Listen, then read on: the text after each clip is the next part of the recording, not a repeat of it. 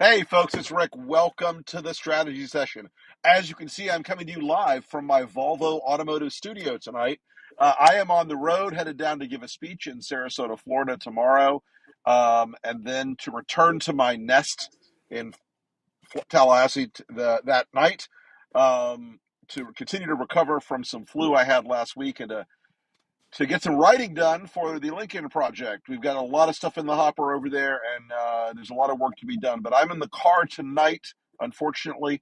So here we are. I am joined, as always, by my colleague and friend Joe Trippi.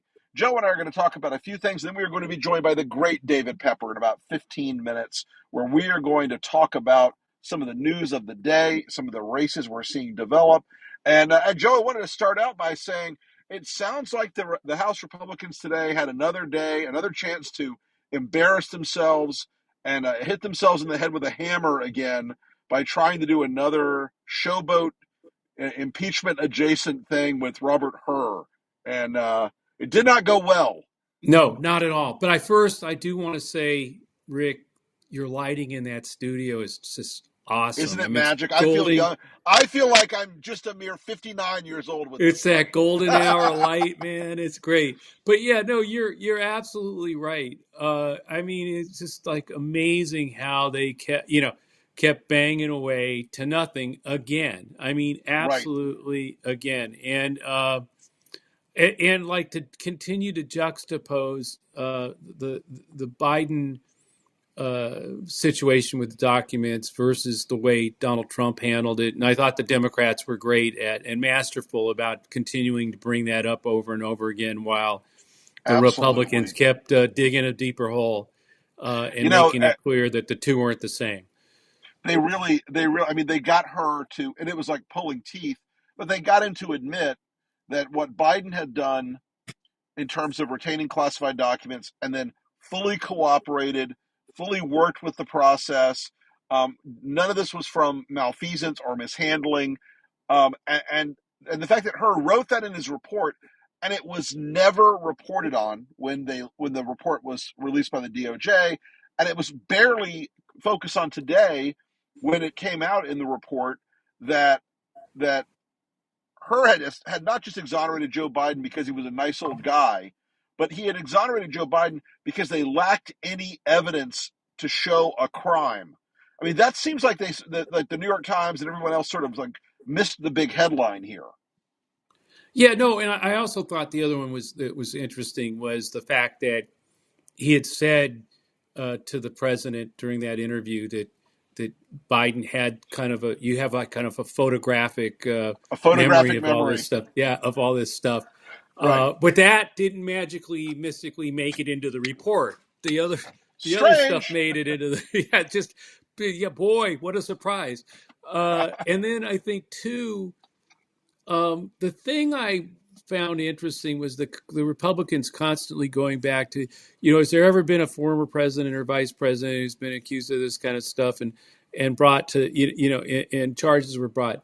The one thing I thought was missing was, yeah, well, there was this guy, Mike Pence. He got their same kind of things, Yeah, but he didn't get caught. He didn't get caught up in this stuff. Obama, all these other people. And you know what the main difference was is that they all said, "Hey, we found this stuff, and as soon as we did, we right. cooperated and gave it back." And there's one guy. Why is Trump the only guy? Well, there's a reason he's the only guy.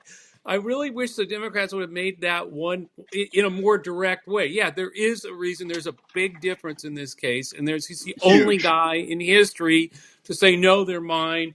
I'm keeping them. I'm not giving them. I don't know what you're talking about." Instructed his lawyers to do all this stuff. And I mean, they made those points, but they didn't do it that way, which I think would have at least how I would have tried to do it. But anyway, Right. what's your take? Oh, look, I think Schiff and Swalwell in particular just took this guy to the woodshed. Yeah, And you could tell by Jim Jordan screaming and turning beet red today and doing his usual Jim Jordan show how much they knew that they were on the losing end of this equation. They knew they were having another debacle. And it's funny because they could stop this anytime. They could stop this show anytime. Um, but they choose not to. So I I think it don't was a think they disaster. choose to. You know, Rick, the one thing I think is no, there's somebody telling them not to. There's one guy Well, there who's is one saying, guy you telling got him to not keep, to. That's yeah, true. you got to keep doing this. And they're all going like, why? This is insane. But Right. of It does. course, It hurts when I touch the hot stove. yeah. But of course, no, you got to, or I'm going to punish you. And of course, so Right. then Jim Jordan and the sycophants all go out and start, okay, well, we're going to have to do it again. And you can just tell they know. They know. It Oh just yeah. shows how, like, how just how screwed they are, really, because they kept doing it and they kept digging. Well, speaking of being screwed, right after the hearing, Representative Ken Buck of Colorado, who had already announced he was going to retire, announced that he was going to resign on Friday. Out, gone. It's Colorado. It ain't going to be a Republican getting nominated by the to replace him in that seat, and it ain't going to be a Republican who wins that seat come the fall. It doesn't look like. So I mean, they're down to basically a one seat margin now. They have Yep. zero room for error in the House. Yeah, which means they got no room. That means forget it. There is no. They're gone in terms of like I don't think they can get they can MAGA Mike Johnson can hold it together. We'll see. But I also think the other interesting thing about Buck is that there were rumors swirling immediately that he was going to be the no labels candidate, and immediately his I mean, spokesperson went out and said, "No, no, no, no, he's not. right, He's not good." So another one bites the dust there.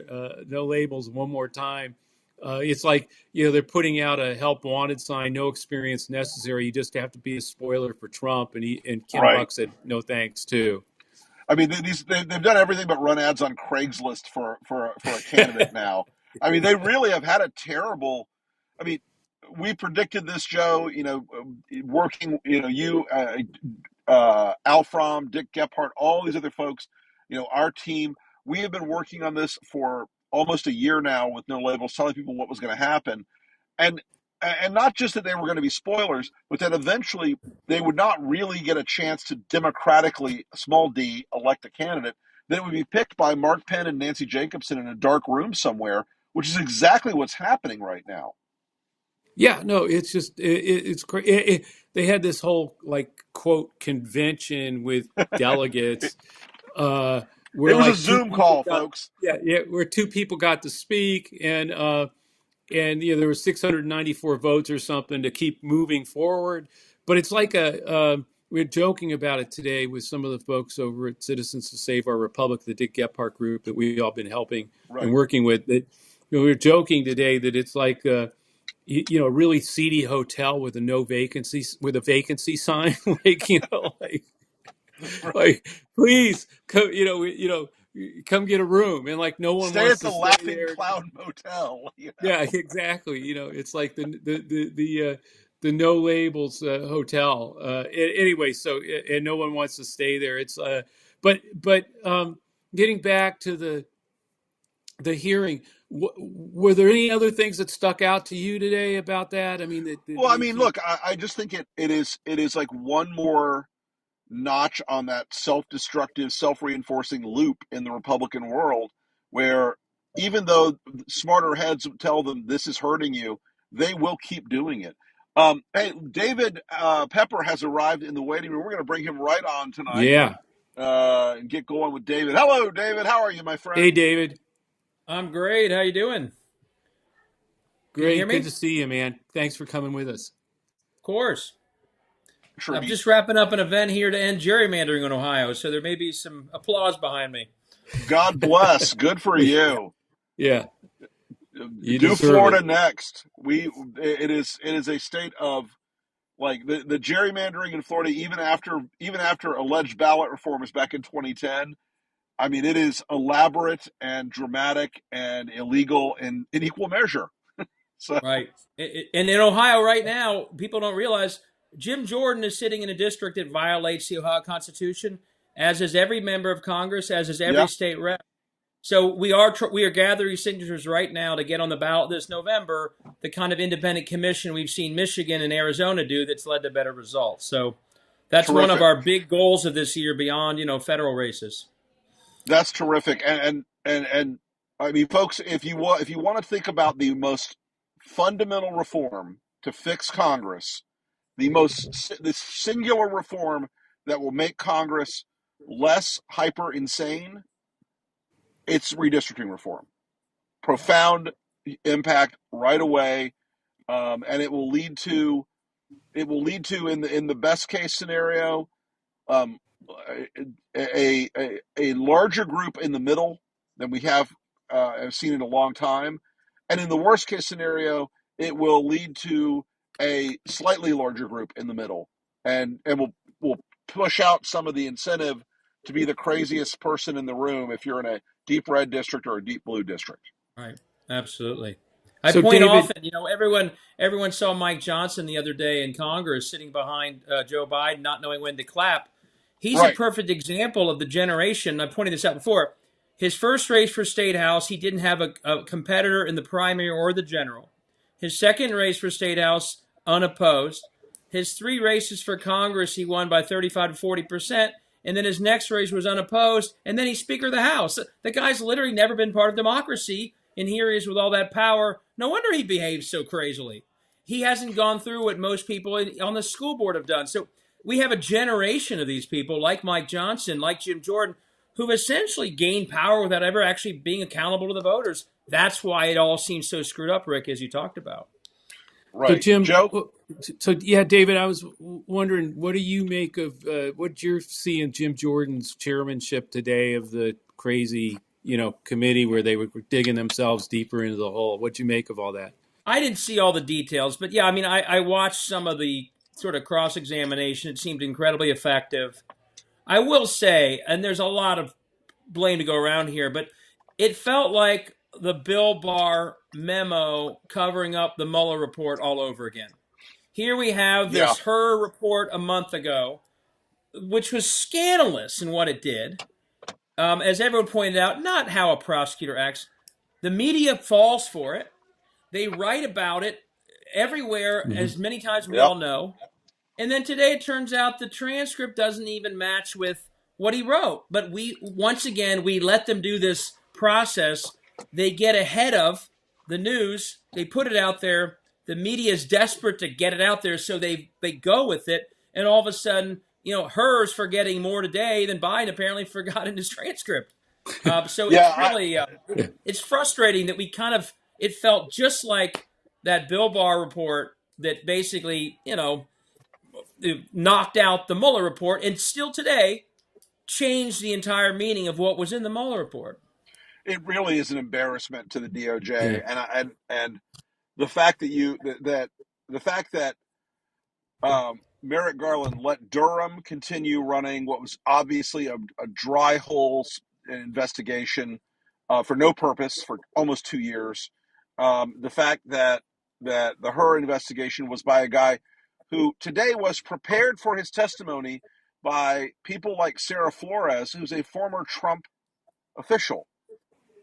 And although she left Trump world and is now at the Dispatch, it's still striking to see that this is a person from his MAGA provenance today. And I don't think anybody really knew much about it until some of the folks on the Democratic side of the aisle revealed it and held him to account. Right.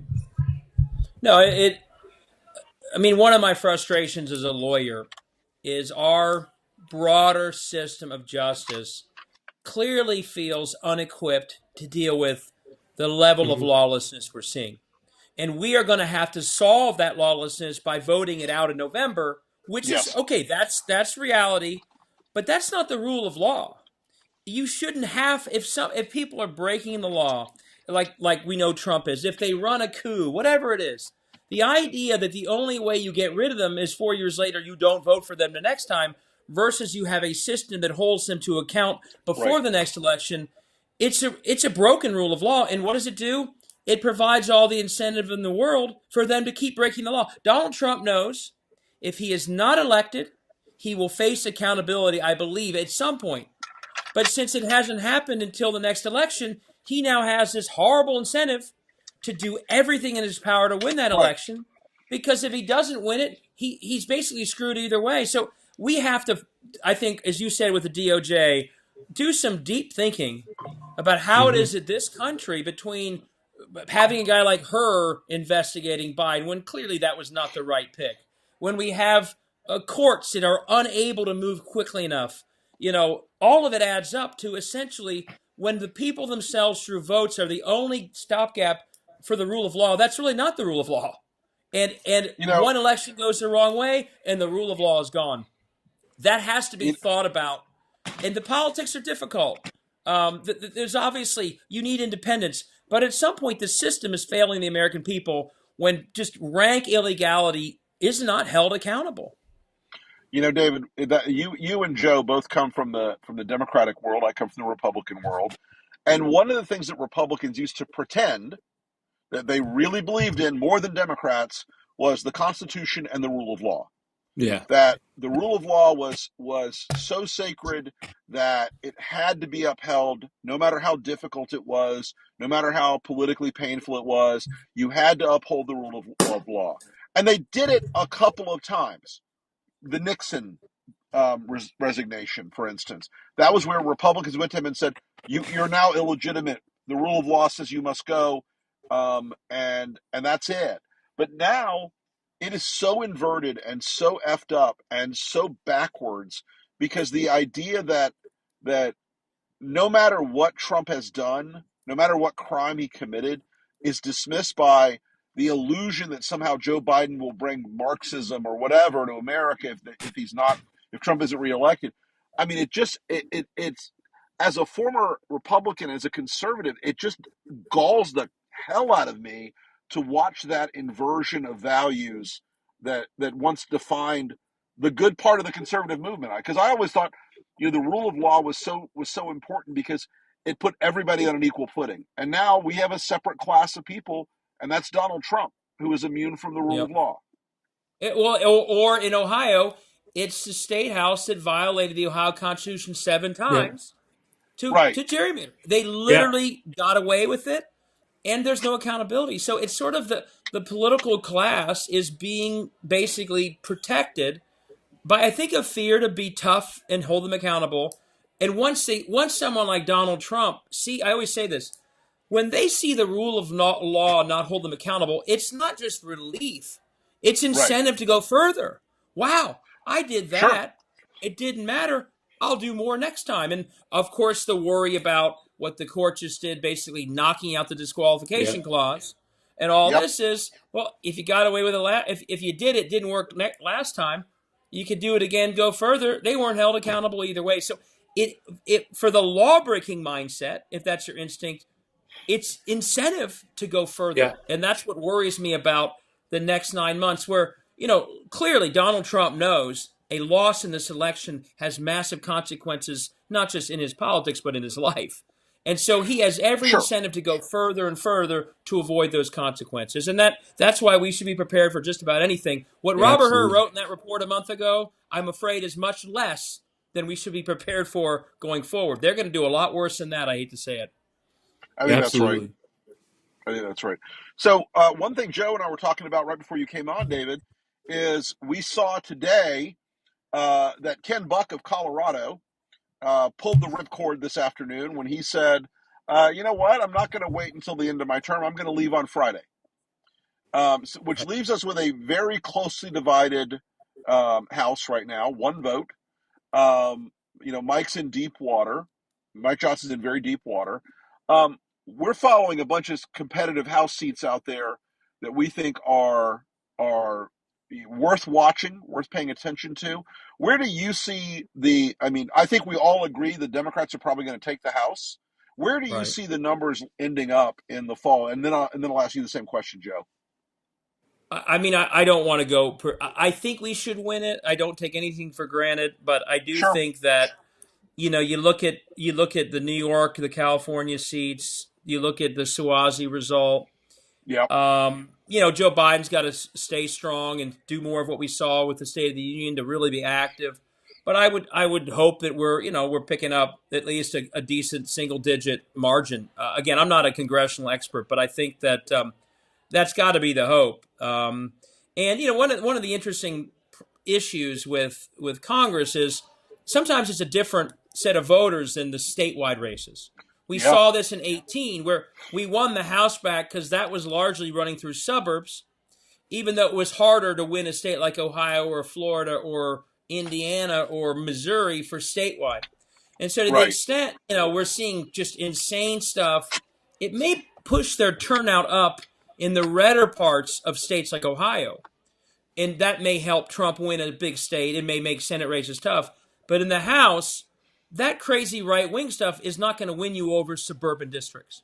And No, that's where that I is think, and the reason I think we won in 18 the House was those suburban districts. The caravan might have led to a higher turnout in red parts of Ohio, but it didn't work at all against a healthcare message in suburban parts of a lot of states. So I think the shape of these districts, if they're going to go extreme, which they are, Katie Britt style, right. it'll make it harder in some places, but it might make the House an easier. There may be a number of districts where that actually helps the cause for us. Right. So, guys, Yeah. speaking of Katie Britt, Yeah. we've all prepped candidates for speaking engagements, for events, for moments of national spotlight being on them. I was so shocked by how terrible Katie Britt's response was. And I know I actually heard from some Republican friends and former colleagues and friends like, dear God, what was that we just saw? But I have a different take on it a couple days in. I think she was really trying out for an even bigger sort of position in the MAGA stage, in the national MAGA firmament. I think she's trying out to be the next Palin, Boebert, Green, the new woman that they all obsess about on the far right. But what did you guys think about that speech? I mean, look, I think it was a great audition to be his VP because if you can tell a whopper the way she tried to do it and Right. galvanize MAGA while you do it and get away with it in the sense that there's been no penalty from the party or anybody, which Oh, of that's a course. big surprise. Well, that's the kind of thing. I mean, that means she's got what it takes to be his VP. And so I think from that point of view, I don't think you're necessarily wrong, Rick, about her. It was all actually a plan to go for bigger and better things, and so I can be the liar in chief's best pick for VP. I think that we may all be wrong about how she damaged herself. She could, well, of Yeah. course, being his VP, that's going to Well, be maybe pretty she'll help him damaging. win the vital swing state of Alabama. Yeah. Well, exactly. It's but like you say, everything Trump touches dies. So maybe this is he picks her, and that's how it goes. But Yeah. but David, what do you make of it all? I mean, I think her presentation, even if you're a Trump side, was just too much. And my guess is that may have cost her by that. And maybe people say, well, she can improve that. But clearly, going back to prepping, whoever prepped her and said, yeah, more of that, I think clearly made a mistake. The fact that she lied and got away with it, as you're saying, that's not new at all. I mean, Right. every speech Trump gives, it's all a lie. The big lie was egregious. Almost no Republicans thought Trump won in 2020. So Right. in that part of it, what they do is they put out a big hairy lie. In their echo chamber, no one rebuts it. They never apologize, and 6 months to a year later, it's accepted. I mean, that story she told about Mexico is frankly probably less crazy than Trump right at the election saying he won it. But Yeah. so the big lie strategy is the heart of how they get their voters energized. And their voters don't really ever even, they're in an echo chamber where they don't even hear that it's a lie. So that part, Right. I think, frankly, like you said, is sort of an audition. They're all lying all the time. And she clearly was pretty shameless in doing it. The presentation, though, I still think, Trump's got, let's give him credit. He does have this sort of odd judge of presentation and all. Sure. My guess is he also thought, half of his decisions in The Apprentice was based on something not feeling. My guess is even they were like, hey, we love the lying. We love the extremism. We love that you're in the kitchen probably, but that presentation, you need to chill out on that. That's just Right. not going to fly. 10-10 on the lies. on the acting needs improvement. Exactly. I think that's Well, probably how it came out. And by the way, when well, she started, I was worried because I do think they were smart to think, let's get. This is who won them the Glenn Kirshner, not Kirshner, Glenn, the Virginia governor. Sorry, I'm blanking Youngkin, his name. yeah, Youngkin, yeah. It was moms, it was parents of school. Like so, when I sure, saw, knowing nothing about her, hey, this is who they're bringing forward. I thought, ooh, this kind of worries me. And then within about yeah, a minute of the presentation, I thought, okay, well, she's blown what I thought was a really huge opportunity, not just for her, but for the party. So I thought it was a sure. smart choice. The performance obviously failed in the end, at Hmm. least in terms of the presentation. Yeah. Yeah. Well, as we run out the clock here, guys, I want to bring up one more topic for tonight, and that is the bust out, as they say in the mob, of the RNC. You God. guys are both very familiar with the necessity of building parties and having viable, strong political parties. And I am a guy who has worked in and around the RNC. I've been around it my entire professional career. And yes, it sometimes was very dysfunctional and sometimes very spent too much money. But the fact that they're in there right now, gutting it and basically selling off the furniture to give Trump more money for his legal fees, where do you think that ends? I mean, they have merged the entire national committee with the Trump org at this point. Yeah. How do you guys think that turns out? I mean, I think it's the Go ahead, David. opportunity of a life. I think it's the opportunity of a lifetime. I mean, they in the last. This is what I talk about all the time. They have been smarter than us, frankly, since Howard Dean. Although we're catching up some in trying to help people all over the country.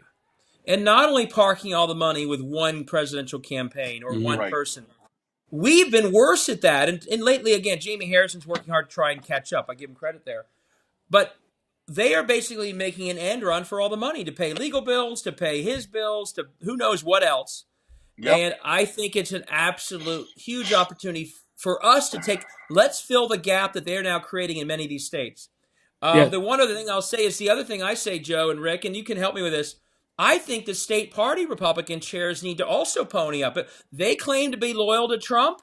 Well, they need to step up too. They say they're Well, loyal, but I hope they also do what the RNC does and they turn over the bank accounts as well. Otherwise, they're not loyal enough. And my hope is, all kidding aside, that he does start to see them as a piggy bank as well. And if he does that, long term, knock on wood, let's get through this election, he may very well be destroying the entire party. The brand, as well as any infrastructure left by the time he's done draining it for all his Yeah. personal Yeah. requirements. Yeah. This is a time when you're supposed to be building up the infrastructure of the party right. nationally and in the states, not dismantling it. And that's what I think is the broader message that you're talking about there, David. And you've been involved in this stuff and building parties and and seeing this stuff from the ground. It's just for them to be gutting and literally destroying the infrastructure of their national party right now to benefit one guy. And I think you're right. That's Amazing. coming from the states now too. It's just absolutely amazing.